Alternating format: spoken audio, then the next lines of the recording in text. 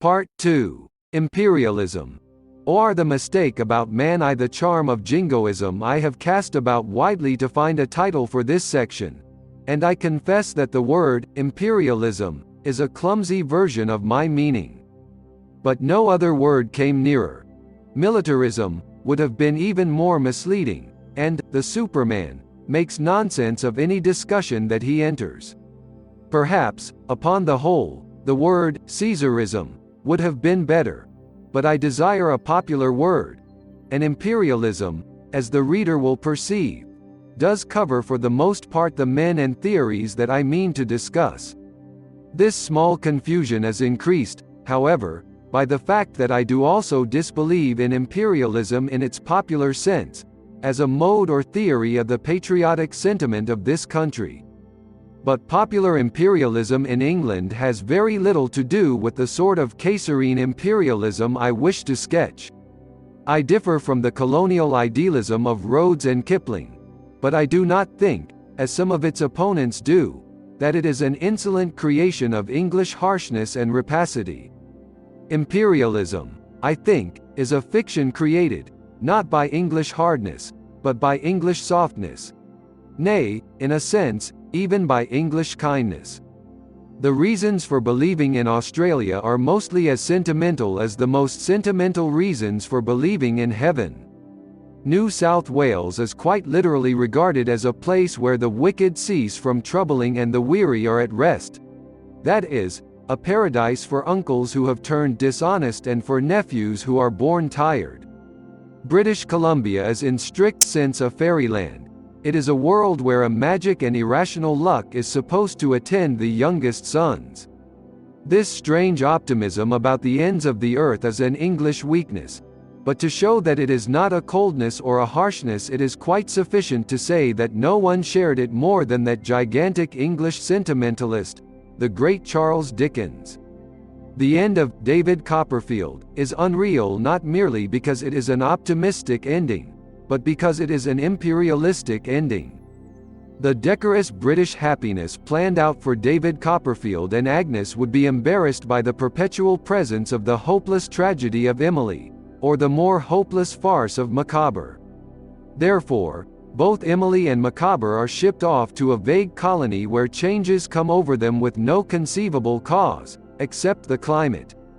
The tragic woman becomes contented and the comic man becomes responsible, solely as the result of a sea voyage and the first sight of a kangaroo. To imperialism in the light political sense, therefore, my only objection is that it is an illusion of comfort. That an empire whose heart is failing should be specially proud of the extremities, is to me no more sublime a fact than that an old dandy whose brain is gone should still be proud of his legs. It consoles men for the evident ugliness and apathy of England with legends of fair youth and heroic strenuousness in distant continents and islands. A man can sit amid the squalor of Seven Dials and feel that life is innocent and godlike in the bush or on the veldt. Just so a man might sit in the squalor of Seven Dials and feel that life was innocent and godlike in Brixton and Surbiton. Brixton and Surbiton are new, they are expanding. They are nearer to nature, in the sense that they have eaten up nature mile by mile. The only objection is the objection of fact. The young men of Brixton are not young giants. The lovers of Surbiton are not all pagan poets, singing with the sweet energy of the spring. Nor are the people of the colonies when you meet them young giants or pagan poets. They are mostly cockneys who have lost their last music of real things by getting out of the sound of bow bells. Mr. Rudyard Kipling, a man of real though decadent genius, threw a theoretic glamour over them which is already fading. Mr. Kipling is, in a precise and rather startling sense, the exception that proves the rule.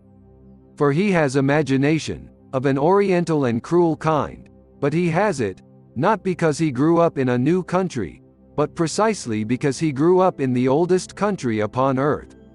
He is rooted in a past, an Asiatic past. He might never have written Cobble River if he had been born in Melbourne.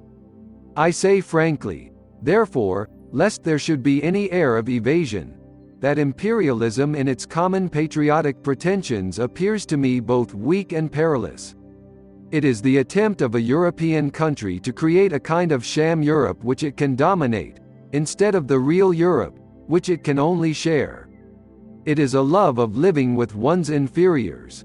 The notion of restoring the Roman Empire by oneself and for oneself is a dream that has haunted every Christian nation in a different shape and in almost every shape as a snare. The Spanish are a consistent and conservative people. Therefore they embodied that attempt at empire in long and lingering dynasties. The French are a violent people, and therefore they twice conquered that empire by violence of arms. The English are above all a poetical and optimistic people, and therefore their empire is something vague and yet sympathetic, something distant and yet dear. But this dream of theirs of being powerful in the uttermost places, though a native weakness, is still a weakness in them. Much more of a weakness than gold was to Spain or glory to Napoleon. If ever we were in collision with our real brothers and rivals, we should leave all this fancy out of account. We should no more dream of pitting Australian armies against German than of pitting Tasmanian sculpture against French. I have thus explained, lest anyone should accuse me of concealing an unpopular attitude, why I do not believe in imperialism as commonly understood. I think it not merely an occasional wrong to other peoples, but a continuous feebleness, a running sore, in my own. But it is also true that I have dwelt on this imperialism that is an amiable delusion, partly in order to show how different it is from the deeper, more sinister and yet more persuasive thing that I have been forced to call imperialism for the convenience of this chapter. In order to get to the root of this evil and quite un-English imperialism, we must cast back and begin anew with a more general discussion of the first needs of human intercourse. ******2. Wisdom and the weather. It is admitted, one may hope, that common things are never commonplace. Birth is covered with curtains precisely because it is a staggering and monstrous prodigy. Death and first love, though they happen to everybody, can stop one's heart with the very thought of them. But while this is granted, something further may be claimed. It is not merely true that these universal things are strange, it is moreover true that they are subtle. In the last analysis, most common things will be found to be highly complicated. Some men of science do indeed get over the difficulty by dealing only with the easy part of it. Thus, they will call first love the instinct of sex, and the awe of death the instinct of self-preservation. But this is only getting over the difficulty of describing peacock green by calling it blue. There is blue in it. That there is a strong physical element in both romance and the memento mori makes them if possible more baffling than if they had been wholly intellectual. No man could say exactly how much his sexuality was colored by a clean love of beauty, or by the mere boyish itch for irrevocable adventures, like running away to sea. No man could say how far his animal dread of the end was mixed up with mystical traditions touching morals and religion. It is exactly because these things are animal, but not quite animal, that the dance of all the difficulties begins. The materialists analyze the easy part, deny the hard part and go home to their tea. It is complete error to suppose that because a thing is vulgar therefore it is not refined, that is, subtle and hard to define. A drawing-room song of my youth which began, "In the gloaming, oh, my darling," was vulgar enough as a song. But the connection between human passion and the twilight is none the less an exquisite and even inscrutable thing. Or to take another obvious instance, the jokes about a mother-in-law are scarcely delicate, but the problem of a mother-in-law is extremely delicate. A mother-in-law is subtle because she is a thing like the twilight. She is a mystical blend of two inconsistent things, law and a mother. The caricatures misrepresent her, but they arise out of a real human enigma. Comic Cuts deals with the difficulty wrongly, but it would need George Meredith at his best to deal with the difficulty rightly. The nearest statement of the problem perhaps is this: it is not that a mother-in-law must be nasty, but that she must be very nice. But it is best perhaps to take in illustration some daily custom we have all heard despised as vulgar or trite. Take, for the sake of argument, the custom of talking about the weather. Stevenson calls it the very nadir and scoff of good conversationalists. Now there are very deep reasons for talking about the weather, reasons that are delicate as well as deep. They lie in layer upon layer of stratified sagacity. First of all, it is a gesture of primeval worship. The sky must be invoked, and to begin everything with the weather is a sort of pagan way of beginning everything with prayer. Jones and Brown talk about the weather, but so do Milton and Shelley. Then it is an expression of that elementary idea in politeness, equality. For the very word politeness is only the Greek for citizenship. The word politeness is akin to the word policeman, a charming thought. Properly understood, the citizen should be more polite than the gentleman. Perhaps the policeman should be the most courtly and elegant of the three. But all good manners must obviously begin with the sharing of something in a simple style. Two men should share an umbrella. If they have not got an umbrella, they should at least share the rain, with all its rich potentialities of wit and philosophy. For he maketh his sun to shine. This is the second element in the weather. Its recognition of human equality in that we all have our hats under the dark blue spangled umbrella of the universe. Arising out of this is the third wholesome strain in the custom. I mean that it begins with the body and with our inevitable bodily brotherhood. All true friendliness begins with fire and food and drink and the recognition of rain or frost. Those who will not begin at the bodily end of things are already prigs and may soon be Christian Scientists. Each human soul has in a sense to enact for itself the gigantic humility of the Incarnation. Every man must descend into the flesh to meet mankind. Briefly, in the mere observation, a fine day, there is the whole great human idea of comradeship. Now, pure comradeship is another of those broad and yet bewildering things. We all enjoy it. Yet when we come to talk about it we almost always talk nonsense, chiefly because we suppose it to be a simpler affair than it is. It is simple to conduct, but it is by no means simple to analyze. Comradeship is at the most only one half of human life. The other half is love, a thing so different that one might fancy it had been made for another universe. And I do not mean mere sex love. Any kind of concentrated passion, maternal love, or even the fiercer kinds of friendship are in their nature alien to pure comradeship. Both sides are essential to life, and both are known in differing degrees to everybody of every age or sex. But very broadly speaking, it may still be said that women stand for the dignity of love and men for the dignity of comradeship. I mean that the institution would hardly be expected if the males of the tribe did not mount guard over it. The affections in which women excel have so much more authority and intensity that pure comradeship would be washed away if it were not rallied and guarded in clubs, corps, colleges, banquets and regiments. Most of us have heard the voice in which the hostess tells her husband not to sit too long over the cigars. It is the dreadful voice of love, seeking to destroy comradeship. All true comradeship has in it those three elements which I have remarked in the ordinary exclamation about the weather. First, it has a sort of broad philosophy like the common sky, emphasizing that we are all under the same cosmic conditions. We are all in the same boat, the winged rock of Mr. Herbert Trench. Secondly, it recognizes this bond as the essential one. For comradeship is simply humanity seen in that one aspect in which men are really equal. The old writers were entirely wise when they talked of the equality of men, but they were also very wise in not mentioning women. Women are always authoritarian. They are always above or below. That is why marriage is a sort of poetical seesaw.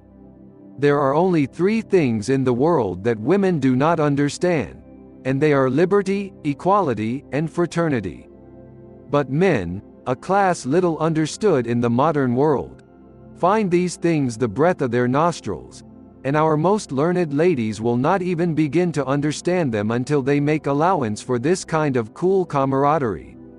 Lastly, it contains the third quality of the weather, the insistence upon the body and its indispensable satisfaction.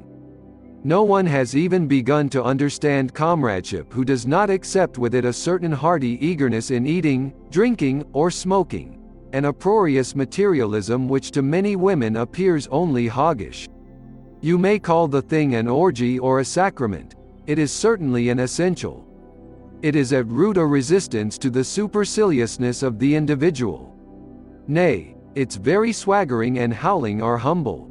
In the heart of its rowdiness there is a sort of mad modesty, a desire to melt the separate soul into the mass of unpretentious masculinity. It is a clamorous confession of the weakness of all flesh. No man must be superior to the things that are common to men. This sort of equality must be bodily and gross and comic. Not only are we all in the same boat, but we are all seasick. The word comradeship just now promises to become as fatuous as the word affinity. There are clubs of a socialist sort where all the members, men and women, call each other comrade. I have no serious emotions, hostile or otherwise, about this particular habit. At the worst it is conventionality, and at the best flirtation. I am convinced here only to point out a rational principle. If you choose to lump all flowers together, lilies and dahlias and tulips and chrysanthemums, and call them all daisies, you will find that you have spoiled the very fine word daisy. If you choose to call every human attachment comradeship, if you include under that name the respect of a youth for a venerable prophetess, the interest of a man in a beautiful woman who baffles him, the pleasure of a philosophical old fogey in a girl who is impudent and innocent, the end of the meanest quarrel or the beginning of the most mountainous love, if you are going to call all these comradeship, you will gain nothing, you will only lose a word. Daisies are obvious and universal and open, but they are only one kind of flower. Comradeship is obvious and universal and open, but it is only one kind of affection. It has characteristics that would destroy any other kind. Anyone who has known true comradeship in a club or in a regiment knows that it is impersonal. There is a pedantic phrase used in debating clubs which is strictly true to the masculine emotion. They call it speaking to the question. Women speak to each other. Men speak to the subject they are speaking about. Many an honest man has sat in a ring of his 5 best friends under heaven and forgotten who was in the room while he explained some system. This is not peculiar to intellectual men. Men are all theoretical, whether they are talking about God or about golf. Men are all impersonal, that is to say, Republican. No one remembers after a really good talk who has said the good things. Every man speaks to a visionary multitude, a mystical cloud, that is called the club. It is obvious that this cool and careless quality which is essential to the collective affection of males involves disadvantages and dangers. It leads to spitting. It leads to coarse speech. It must lead to these things so long as it is honorable. Comradeship must be in some degree ugly. The moment beauty is mentioned in male friendship, the nostrils are stopped with the smell of abominable things. Friendship must be physically dirty if it is to be morally clean. It must be in its shirt sleeves. The chaos of habits that always goes with males when left entirely to themselves has only one honorable cure, and that is the strict discipline of a monastery. Anyone who has seen our unhappy young idealists in East End settlements losing their collars in the wash and living on tinned salmon will fully understand why it was decided by the wisdom of Saint Bernard or Saint Benedict, that if men were to live without women, they must not live without rules. Something of the same sort of artificial exactitude, of course, is obtained in an army, and an army also has to be in many ways monastic, only that it has celibacy without chastity. But these things do not apply to normal married men. These have a quite sufficient restraint on their instinctive anarchy in the savage common sense of the other sex. There is only one very timid sort of man that is not afraid of women. Asterisk asterisk asterisk asterisk asterisk 3. The common vision now this masculine love of an open and level camaraderie as the life within all democracies and attempts to govern by debate. Without it the republic would be a dead formula. Even as it is, of course, the spirit of democracy frequently differs widely from the letter, and a pothouse is often a better test than a parliament. Democracy in its human sense is not arbitrament by the majority. It is not even arbitrament by everybody. It can be more nearly defined as arbitrament by anybody. I mean that it rests on that club habit of taking a total stranger for granted, of assuming certain things to be inevitably common to yourself and him. Only the things that anybody may be presumed to hold have the full authority of democracy. Look out of the window and notice the first man who walks by. The Liberals may have swept England with an overwhelming majority, but you would not stake a button that the man is a Liberal. The Bible may be read in all schools and respected in all law courts, but you would not bet a straw that he believes in the Bible. But you would bet your week's wages, let us say, that he believes in wearing clothes. You would bet that he believes that physical courage is a fine thing, or that parents have authority over children. Of course, he might be the millionth man who does not believe these things. If it comes to that, he might be the bearded lady dressed up as a man. But these prodigies are quite a different thing from any mere calculation of numbers.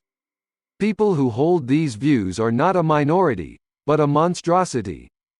But of these universal dogmas that have full democratic authority, the only test is this test of anybody. What you would observe before any newcomer in a tavern. That is the real English law. The first man you see from the window, he is the King of England. The decay of taverns, which is but a part of the general decay of democracy, has undoubtedly weakened this masculine spirit of equality. I remember that a roomful of socialists literally laughed when I told them that there were no two nobler words in all poetry than public house. They thought it was a joke. Why they should think it a joke, since they want to make all houses public houses, I cannot imagine. But if anyone wishes to see the real rowdy egalitarianism which is necessary, to males, at least, he can find it as well as anywhere in the great old tavern disputes which come down to us in such books as Boswell's Johnson. It is worthwhile to mention that one name especially because the modern world in its morbidity has done it a strange injustice. The demeanor of Johnson, it is said, was harsh and despotic. It was occasionally harsh, but it was never despotic. Johnson was not in the least a despot. Johnson was a demagogue. He shouted against a shouting crowd. The very fact that he wrangled with other people is proof that other people were allowed to wrangle with him. His very brutality was based on the idea of an equal scrimmage, like that of football. It is strictly true that he bawled and banged the table because he was a modest man. He was honestly afraid of being overwhelmed or even overlooked. Addison had exquisite manners and was the king of his company. He was polite to everybody, but superior to everybody. Therefore he has been handed down forever in the immortal insult of Pope. Like Cato, give his little Senate laws and sit attentive to his own applause. Johnson, so far from being king of his company, was a sort of Irish member in his own parliament. Addison was a courteous superior and was hated. Johnson was an insolent equal and therefore was loved by all who knew him, and handed down in a marvelous book, which is one of the mere miracles of love. This doctrine of equality is essential to conversation. So much may be admitted by anyone who knows what conversation is. Once arguing at a table in a tavern, the most famous man on earth would wish to be obscure, so that his brilliant remarks might blaze like the stars on the background of his obscurity.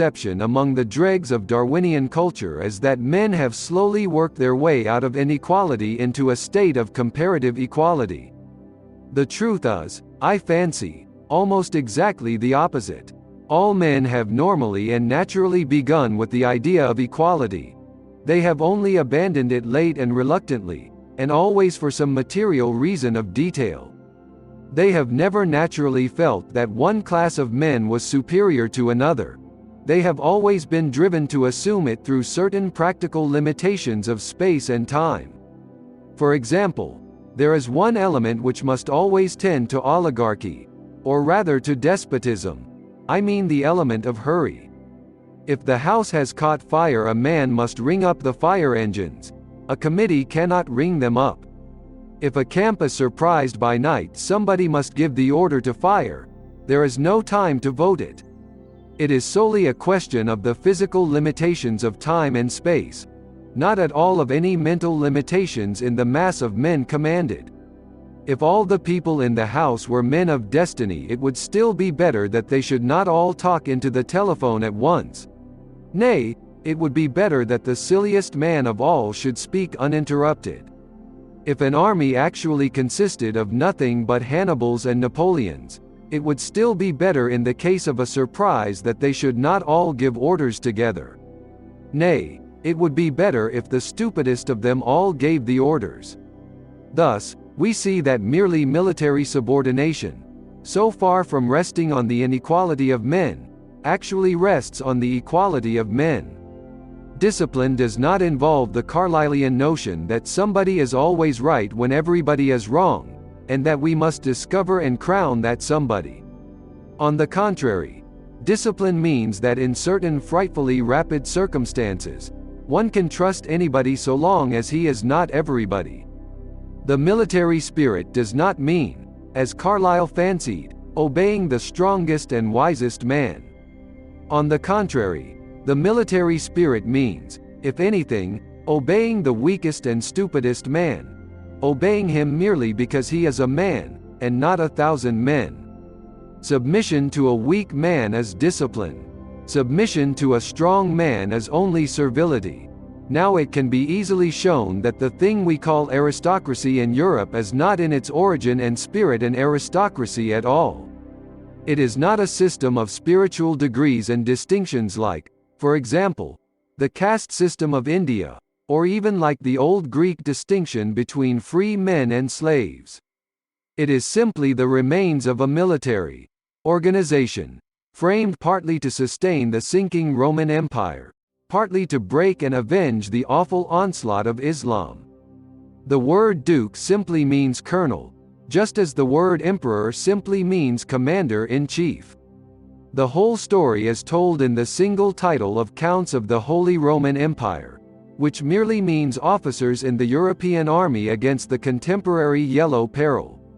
Now in an army nobody ever dreams of supposing that difference of rank represents a difference of moral reality. Nobody ever says about a regiment, your major is very humorous and energetic. Your colonel, of course, must be even more humorous and yet more energetic. No one ever says, in reporting a mess-room conversation, Lieutenant Jones was very witty, but was naturally inferior to Captain Smith. The essence of an army is the idea of official inequality, founded on unofficial equality. The colonel is not obeyed because he is the best man, but because he is the colonel. Such was probably the spirit of the system of dukes and counts when it first arose out of the military spirit and military necessities of Rome. With the decline of those necessities, it has gradually ceased to have meaning as a military organization, and become honeycombed with unclean plutocracy. Even now it is not a spiritual aristocracy, it is not so bad as all that. It is simply an army without an enemy, billeted upon the people. Man, therefore, has a specialist as well as comrade-like aspect, and the case of militarism is not the only case of such specialist submission. The tinker and tailor, as well as the soldier and sailor, require a certain rigidity of rapidity of action. At least, if the tinker is not organized, that is largely why he does not tink on any large scale. The tinker and tailor often represent the two nomadic races in Europe, the gypsy and the Jew. But the Jew alone has influence because he alone accepts some sort of discipline. Man, we say, has two sides, the specialist side where he must have subordination, and the social side where he must have equality. There is a truth in the saying that 10 tailors go to make a man, but we must remember also that 10 poets laureate or 10 astronomers royal go to make a man, too. 10 million tradesmen go to make man himself, but humanity consists of tradesmen when they are not talking shop. Now the peculiar peril of our time, which I call for argument's sake imperialism or Caesarism, is the complete eclipse of comradeship and equality by specialism and domination. There are only two kinds of social structure conceivable: personal government and impersonal government. If my anarchic friends will not have rules, they will have rulers. Preferring personal government, with its tact and flexibility, is called royalism. Preferring impersonal government, with its dogmas and definitions, is called republicanism. Objecting broad-mindedly both to kings and creeds is called bosh. At least, I know no more philosophic word for it. You can be guided by the shrewdness or presence of mind of one ruler, or by the equality and ascertained justice of one rule. But you must have one or the other, or you are not a nation, but a nasty mess. Now men in their aspect of equality and debate adore the idea of rules. They develop and complicate them greatly to excess. A man finds far more regulations and definitions in his club, where there are rules, than in his home, where there is a ruler. A deliberate assembly, the House of Commons, for instance, carries this mummery to the point of a methodical madness. The whole system is stiff with rigid unreason, like the royal court in Lewis Carroll. You would think the speaker would speak, therefore he is mostly silent. You would think a man would take off his hat to stop and put it on to go away, therefore he takes off his hat to walk out and puts it on to stop in. Names are forbidden, and a man must call his own father, "My right honourable friend the member for West Birmingham." These are, perhaps, fantasies of decay, but fundamentally they answer a masculine appetite. Men feel that rules, even if irrational, are universal. Men feel that law is equal, even when it is not equitable. There is a wild fairness in the thing, as there is in tossing up. Again, it is gravely unfortunate that when critics do attack such cases as the Commons, it is always on the points, perhaps the few points, where the Commons are right. They denounce the House as the talking shop, and complain that it wastes time in wordy mazes. Now this is just one respect in which the Commons are actually like the common people. If they love leisure and long debate, it is because all men love it, that they really represent England. There the Parliament does approach to the virile virtues of the pothouse. The real truth is that adumbrated in the introductory section when we spoke of the sense of home and property, as now we speak of the sense of counsel and community.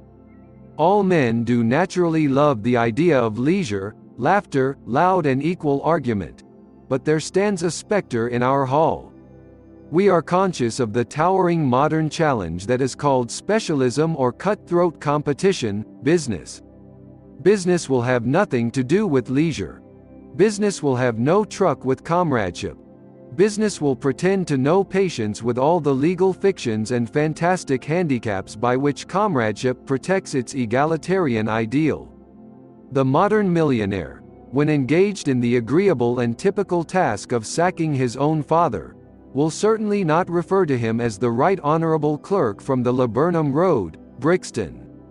Therefore there has arisen in modern life a literary fashion devoting itself to the romance of business, to great demigods of greed and to fairyland of finance.